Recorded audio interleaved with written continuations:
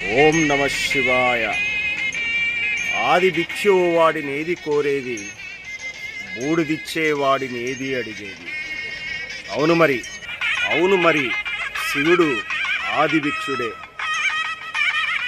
మన యొక్క పాపాలను తన సంచిలో వేసుకోవడానికి వచ్చేటువంటి ఆది భిక్షుకుడు బూడిదిచ్చేవాడే.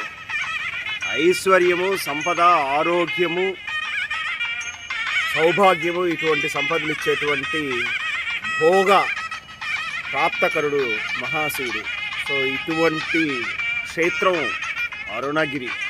మనకి సూర్యోదయ సమయంలో మరి కొద్ది క్షణాల్లో సూర్యోదయం జరుగుతుంది. స్వామివారి ఛాయారూపం, చంద్ర రూపం మరికొద్ది క్షణాల్లో కనిపిస్తూ ఉంది. స్వామివారి రూపం మనం గమనించవచ్చు.